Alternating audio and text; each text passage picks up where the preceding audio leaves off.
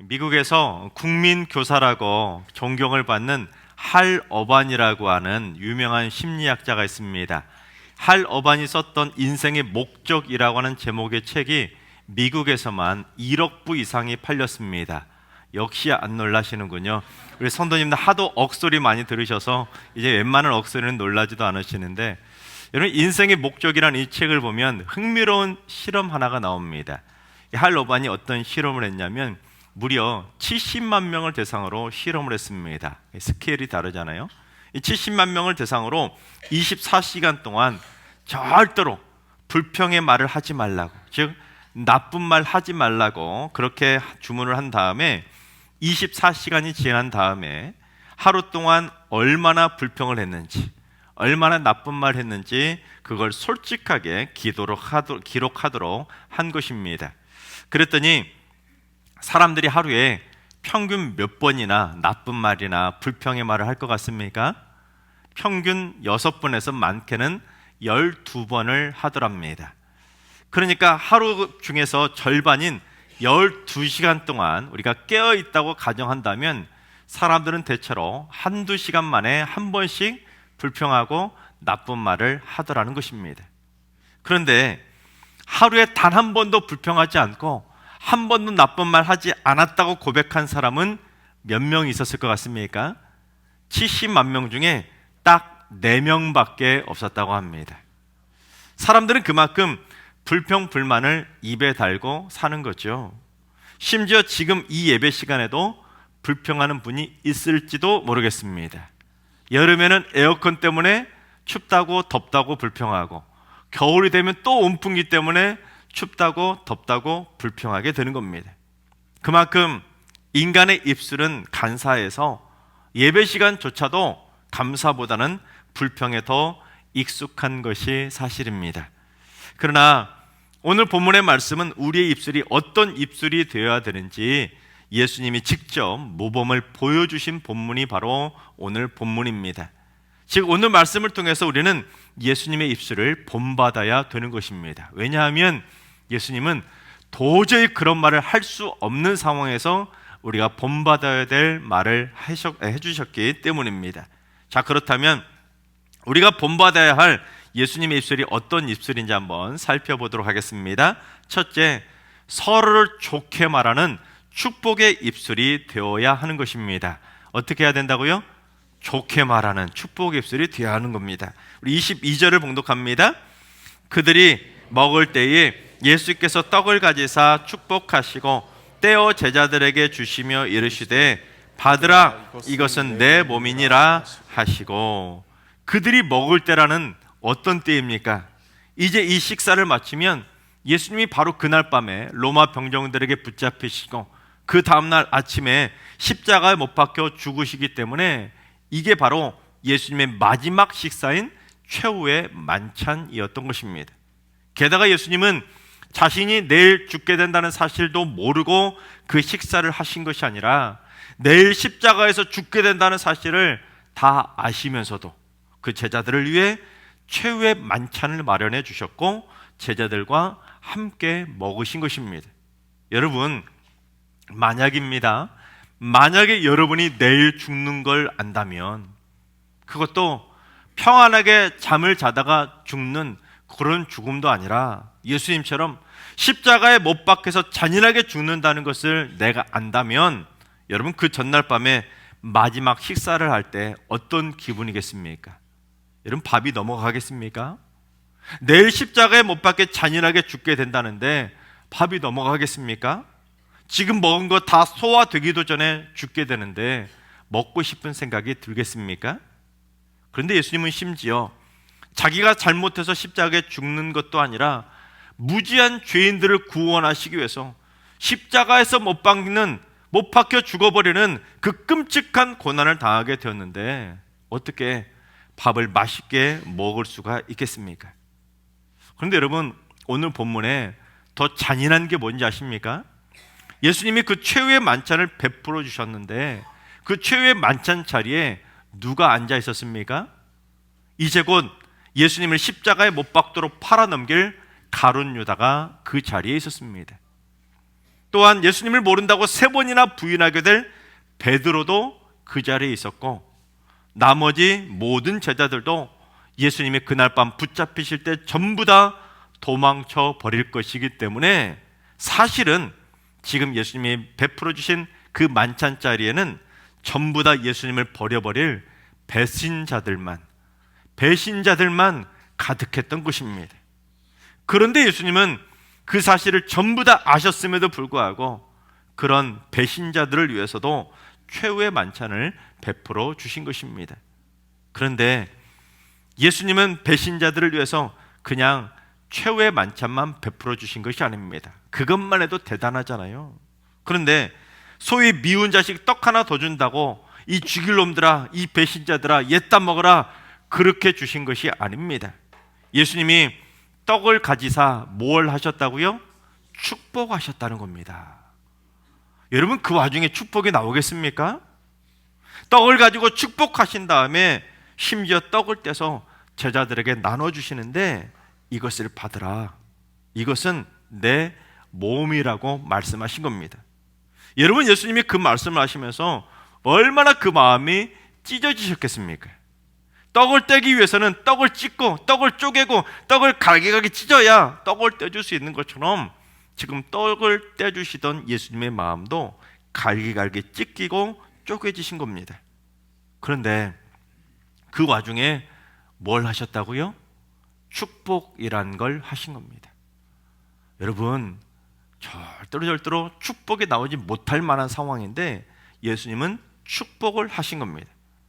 여러분, 솔직히 만약에 우리라면 그 와중에 좋은 말이 나오겠습니까? 나를 팔아넘길 배신자인데, 나를 모른다고 3번이나 부인할 배신자인데, 나를 버리고 다 도망쳐버릴 배신자인데, 이 배신자들아, 그러고도 너희가 내 제자야? 여러분, 나쁜 말이 먼저 나오지 않겠습니까? 험한 말이 나오지 않겠습니까? 그런데 그 와중에도 주님은 좋은 말로 축복의 말을 하신 겁니다.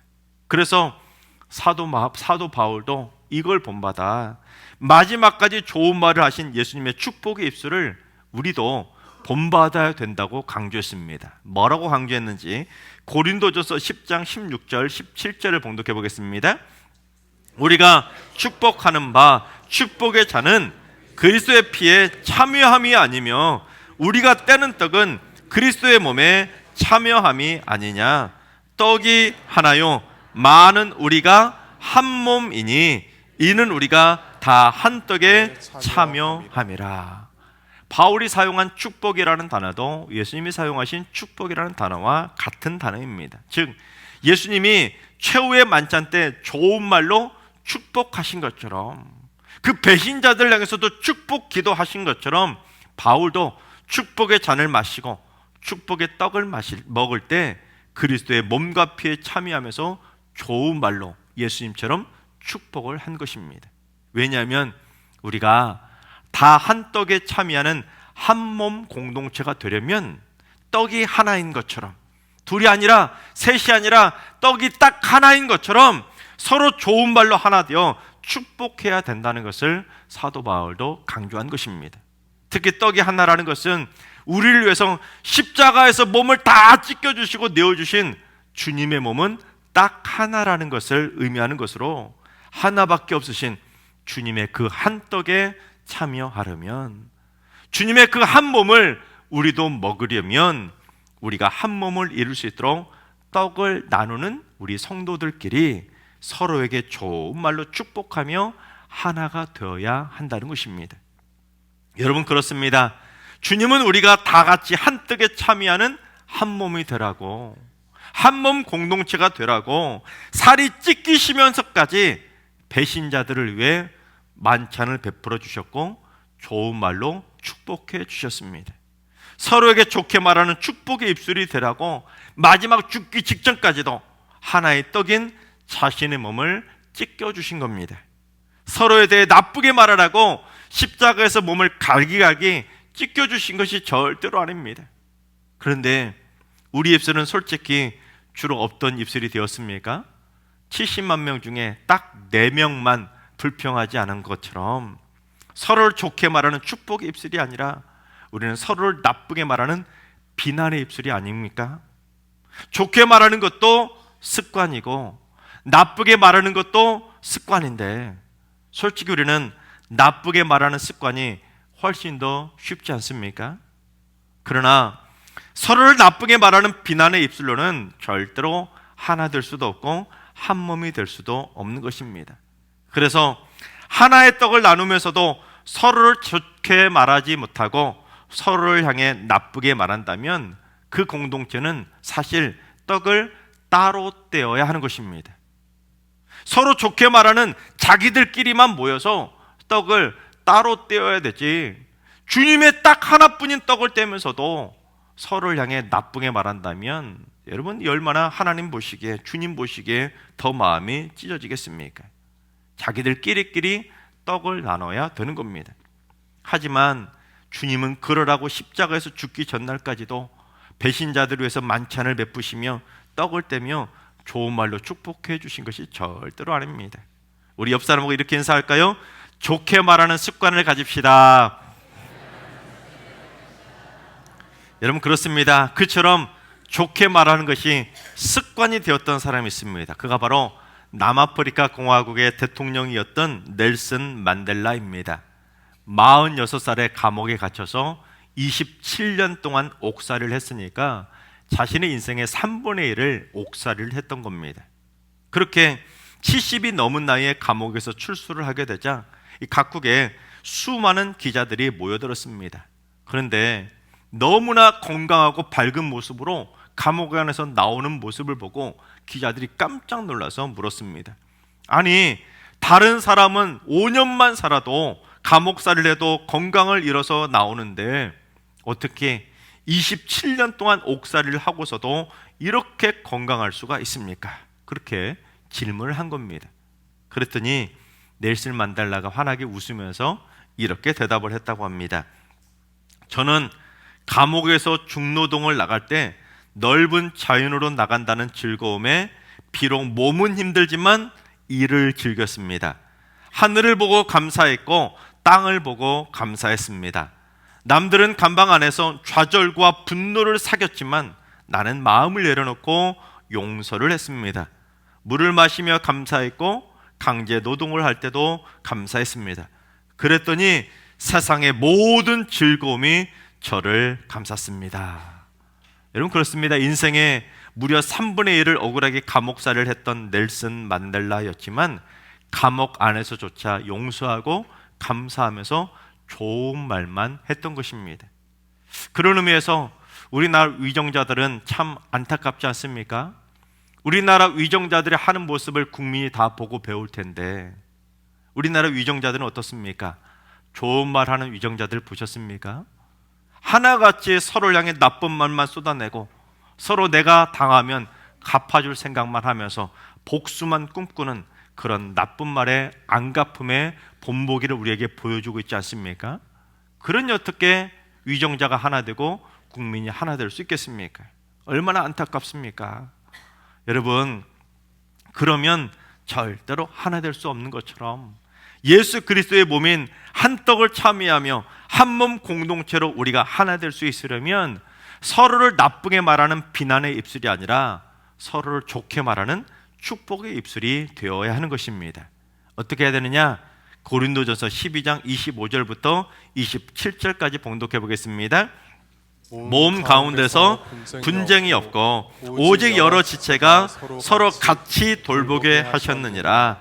만일 한 지체가 고통을 받으면 모든 지체가 함께 고통을 받고 한 지체가 영광을 얻으면 모든 지체가 함께 즐거워하느니라. 너희는 그리스도의 몸이요 지체의 각 부분이라. 그렇습니다. 우리는 그리스도의 한 몸을 나는 한 지체의 각 부분이라는 겁니다. 우리는 모두 주님의 몸이라는 거예요.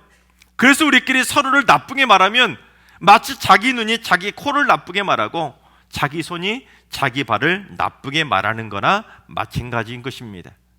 그래서 만약에 한 지체에 대해 우리가 나쁘게 말하며 그 지체가 고통을 받게 해버린다면 그 한 사람만의 문제가 아니라 결국 모든 지체가 함께 고통받으며 분쟁할 수밖에 없는 겁니다. 그러면 몸이 나빠지는 것처럼 그 공동체도 건강이 나빠지는 것처럼 나쁜 공동체가 되는 것입니다. 그러나 한 지체에 대해 좋게 말하며 축복을 해주면 모든 지체가 함께 즐거워하며 다 같이 건강하고 다 같이 행복한 공동체를 세워갈 수가 있는 것입니다. 즉 우리끼리 서로를 나쁘게 말하며 지체에게 고통을 주면서 분쟁하지 말고 여러 지체가 서로에게 좋게 말하며 서로 같이 돌봐주라고 주님은 우리에게 한몸 공동체를 본을 보여주신 것입니다. 여러분, 좋은 말이 습관이 된 분은 나쁜 상황에서도 좋은 말이 나오지만 나쁜 말이 습관이 된 사람은 아무리 좋은 상황에서도 좋은 말 안 나옵니다. 나쁜 말이 나오게 되는 거예요. 또한 여러분, 좋은 말이 습관이 되신 분은 하나님께서 더 좋은 일들 넘쳐나도록 좋은 일 계속 부어주시지만 툭하면 나쁜 말만 쏟아내는 사람은 계속 나쁜 말 쏟아내도록 나쁜 말만 계속 넘쳐나게 되는 겁니다. 바라옵기는 우리 모두 예수 그리스도의 한 떡에 참여하는 한 지체답게 우리 모두 다 같이 좋게 말할 수 있는 축복의 입술이 꼭 되시기 바랍니다. 그래서 모든 지체가 같이 함께 즐거워하고 같이 함께 돌보는 한몸 공동체를 이루어서 우리 모두 사랑으로 하나가 되기를 주님의 이름으로 축원합니다. 둘째, 고난 중에도 감사할 수 있는 감사 입술이 되어야 하는 것입니다. 우리 23절, 24절을 봉독합니다. 또 잔을 가지사 감사기도 하시고 그들에게 주시니 다 이를 마시매 이르시되 이것은 많은 사람을 위하여 흘리는 나의 피 곧 언약의 피니라. 예수님은 제자들이 자기를 팔아넘기고 자기를 모른다고 부인하고 전부 다 도망쳐 버릴 걸 아시면서도 그 와중에 무슨 기도 하셨다고요? 감사기도 하신 겁니다. 하나님, 저 배신자 놈들 심판해 주세요 하고 저주 기도를 한 것이 아니라 그 와중에도 감사 기도를 하신 겁니다.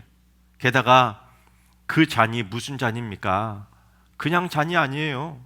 주님의 피를 상징하는, 이제 곧 많은 사람을 위해서 십자가에서 흘리게 될 언약의 잔입니다. 쉽게 말해 그 잔은 십자가의 죽음을 상징하는 이 세상에서 가장 쓰디쓴 고난의 잔인데도 그 잔을 마시면서 무슨 기도요? 감사 기도를 드리신 겁니다.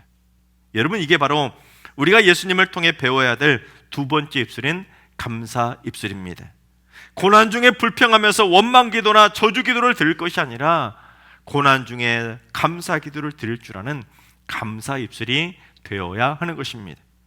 영국의 유명한 극작가인 조지 버나드 쇼에게 한 기자가 이렇게 물었습니다. 만약에 세상의 모든 책이 전부 다 불타버려도 꼭 남아 있어야 될 책이 있다면 그 한 권의 책이 어떤 책이라고 생각합니까? 여러분이 생각하실 때는 이 세상에 딱 한 권의 책만 남긴다면 어떤 책을 남겨야 되겠습니까? 그러자 버나드 쇼가 이렇게 대답을 했다고 합니다. 성경의 욥기라고 생각합니다. 욥은 모든 재산을 잃고 가난해졌어도 10남매 모든 자식이 죽어버렸어도 끔찍한 병이 들었어도 심지어 아내가 욕을 하며 자기를 배신했어도 감사할 줄 아는 사람이었기 때문입니다. 여러분, 그렇습니다. 욥이 그런 끔찍한 고난 가운데 뭐라고 했는지 욥기 1장 21절과 22절을 봉독합니다. 이르되 내가 모태에서 알몸으로 나왔사온즉 또한 알몸이 그리로 돌아가올지라 주시니도 여호와시오 거두시니도 여호와시오니 여호와의 이름이 찬송을 받으실지니다 하고 이 모든 일에 욥이 범죄하지 아니하고 하나님을 향하여 원망하지 아니하니라. 내가 알몸으로 왔다가 이제 알몸으로 돌아가게 될 텐데 주시니도 여호와시고 거두시는 이도 여호와신데 내가 이 와중에 무슨 원망하고 무슨 불평을 하겠냐는 겁니다. 그러면서 그 와중에도 하나님을 찬송한 겁니다. 여러분, 알몸의 제로로 왔다가 알몸의 제로로 돌아가는 것이 인생입니다. 욥은 그걸 깨닫고 제로 감사를 드렸던 것이죠. 0으로 왔다가 0으로 떠나는 것이 인생이니 제로여도 감사하겠다는 것입니다. 그런데 수많은 인간들이 어떻게 살아갑니까? 영으로 이 땅에 태어났는데 이 땅을 떠날 때는 불평을 한 보따리 떠안고 떠나지 않습니까? 눈 감을 때까지도 불평하고 나쁜 말 하는 게 인간의 입술이에요. 여러분, 제로 감사를 회복하시기 바랍니다. 욥처럼 모든 일에 입술로 범죄하지 않고 원망과 불평을 쏟아내지 않고 고난 중에도 감사할 수 있는, 고통 가운데도 기쁨으로 감사할 수 있는, 좋은 말만 할 줄 아는 감사 입술이 다 되시기를 주님의 이름으로 축원합니다. 온누리교회 하영조 목사님이 돌아가시기 전에 오늘 같은 추수감사주일에 하셨던 감동적인 설교가 있습니다. 그때가 언제였냐면 목사님이 신부전증 때문에 일주일에 4번씩 투석을 받고 있었고 간암 수술도 7번이나 받은 상태였기 때문에 병원에서 이제 언제 무슨 일이 일어날지 모른다고 임종을 준비한다는 말을 들었던 직후였습니다. 소위 시한부 인생이 된 겁니다. 이제 목사님이 죽을 날만 기다리게 되었는데 그 죽음을 앞둔 시한부 인생이 되신 하영조 목사님이 추수감사주일에 성도들에게 이렇게 설교하셨습니다. 그때 목사님이 하셨던 설교 내용을 제가 토시 하나 틀리지 않게 목사님의 말씀을 그대로 제가 읽어드리겠습니다. 저는 간암 수술을 7번 했고 투석도 계속 받아야 합니다. 가끔 강단에 비틀거리며 올라옵니다. 저는 그래도 제가 설교할 수 있는 것이 감사합니다. 그것이 저의 감사입니다. 아픈 것도 감사하고 죽게 된 것도 감사합니다. 감사하려고 하면 감사하지 않을 것이 없습니다. 망하는 것도 감사하고 부도 난 것도 감사하고 불치병에 걸린 것도 감사하고 사회적으로 매장당하는 것도 감사합니다. 하나님께서 이것을 복으로 바꿔주십니다. 은혜로 바꿔주십니다. 감사는 축복을 낳습니다. 여러분, 무슨 일을 만나도 감사하십시오. 여러분, 그렇습니다. 감사하려고 하면 감사하지 않을 것이 없습니다. 불평하려고 하면 불평하지 않을 것이 없습니다. 좋게 말하려고 하면 좋게 말하지 않을 것이 없습니다. 나쁘게 말하려고 작정하면 나쁘게 말하지 못할 것이 없습니다. 여러분, 무슨 일을 만나든지 좋게 말하시고 감사하시기 바랍니다. 나쁘게 말하는 비난의 입술과 불평, 불만의 입술은 다 거두시고 좋게 말하는 축복의 입술과 고난 중에도 감사 기도를 드릴 줄 아는 감사 입술이 다 되시기를 주님의 이름으로 축원합니다. 그런 의미에서 이 시간 우리 스펄전 목사님이 하신 말씀을 한번 저를 따라서 한번 따라해 보겠습니다. 불행할 때 감사하면 불행이 끝이 나고 형통할 때 감사하면 형통이 연장된다. 그렇습니다. 하나님께서 사랑하신 여러분, 서로를 나쁘게 말해서 지체를 고통스럽게 하는 비난의 입술이 아니라 서로를 좋게 좋게 말해서 지체를 즐겁게 해주는 축복의 입술이 되시기 바랍니다. 그래서 모든 지체가 함께 즐거워하는 축복의 한몸 공동체를 세워가시기 바랍니다. 또한 인생의 그 어떤 고난 중에도 감사할 수 있는 제로 감사의 입술이 되시기 바랍니다. 영으로 왔다 영으로 떠나는 겁니다. 우리 모두 제로 감사를 꼭 회복하셔서 우리 모두 불행할 때도 감사해서 불행이 즉시 끝이 나고 형통할 때도 감사해서 우리 모두 주님이 주신 형통이 죽는 날까지 연장되기를 주님의 이름으로 축원합니다.